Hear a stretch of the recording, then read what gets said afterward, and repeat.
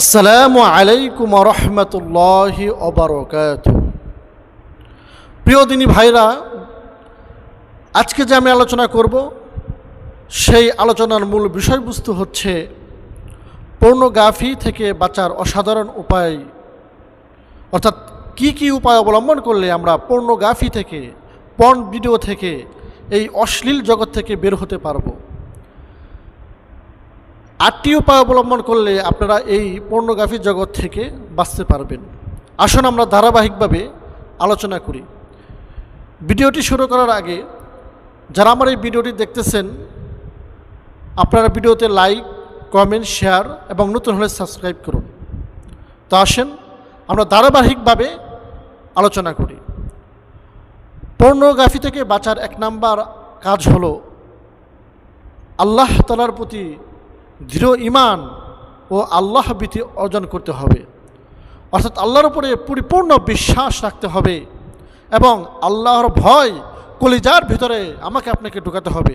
যদি আল্লাহ তাআলার উপরে ঈমান থাকে, যদি আল্লাহ তাআলার উপরে বিশ্বাস থাকে এবং আল্লাহর ভয় কলিজার ভিতরে থাকে, তাহলে ওই বান্দা কখনো গুনাহের কাজ করতে পারবে না।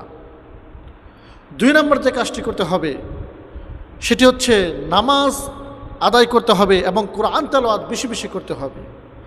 যদি আমরা 5 ওয়াক্ত নামাজ জামাতের সহিত আদায় করি এবং কোরআন তেলাওয়াত বেশি বেশি করি, আল্লাহ পাক রব্বুল আলামিন এই নামাজ পড়ার বদৌলতে আমাকে সমস্ত ফাহেশা কাজ থেকে, খারাপ কাজ থেকে, অশ্লীল কাজ থেকে, গর্হিত কাজ থেকে, বেহায়াপনা কাজ থেকে আল্লাহ পাক আমাদের সকলকে হেফাজত করবেন। 3 নম্বর কাজ যেটা করতে হবে, ভালো সঙ্গ বেছে নিতে হবে, ভালো বন্ধু বাছাই করতে হবে। যারা নাকি এরকম অশ্লীল ভিডিও দেখে, পর্ণ ভিডিও দেখে, এই পর্ন ভিডিওগুলো দেখে, তাদের থেকে বিরত থাকতে হবে। তাদের কাছে যাওয়া যাবে না। যদি আপনি তাদের কাছে যান, তাদের সাথে মিশেন, তাহলে আবার আপনি খারাপ হয়ে যাবেন। এজন্য ভালো বন্ধু বাছাই করতে হবে, সৎ বন্ধুর সাথে থাকতে হবে, ভালো মানুষের সাথে থাকতে হবে। 4 নম্বর যে আমলটি করতে হবে, যে কাজটি করতে হবে, ফোন ও ইন্টারনেট ব্যবহার বন্ধ করতে হবে। আমরা যারা বড় ফোন ব্যবহার করি, বড় মোবাইল ব্যবহার করি, ইন্টারনেট ব্যবহার করি, যারা নাকি এই রোগে আক্রান্ত, এই পর্ন ভিডিও দেখায় আক্রান্ত, তাদের এই ফোন ও ইন্টারনেট থেকে দূরে থাকতে হবে। 5 নম্বর যে কাজটি করতে হবে, সবসময় ব্যস্ততার মধ্যে থাকতে হবে এবং সময়কে অপচয় করা যাবে না। সবসময় নিজেকে একটা কাজের মধ্যে এরকম ইনভলভ থাকতে হবে, জড়িত থাকতে হবে এবং সময়কে অপচয় করা যাবে না। যদি আমি কাজের মধ্যে ব্যস্ত থাকি, তাহলে শয়তান খারাপ জিনিস আমার মস্তিষ্কে ঢোকাতে পারবে না। আর শয়তান ঢোকাতে না পারলেই আমরা এই পর্নোগ্রাফির জগৎ থেকে আমরা বেঁচে থাকতে পারবো। 6 নম্বর যে কাজটা, মন্দ চিন্তাকে দূরে রাখতে হবে। মন্দ চিন্তা মস্তিষ্কের ভিতরে আসা যাবে না, সবসময় ভালো চিন্তা করতে হবে।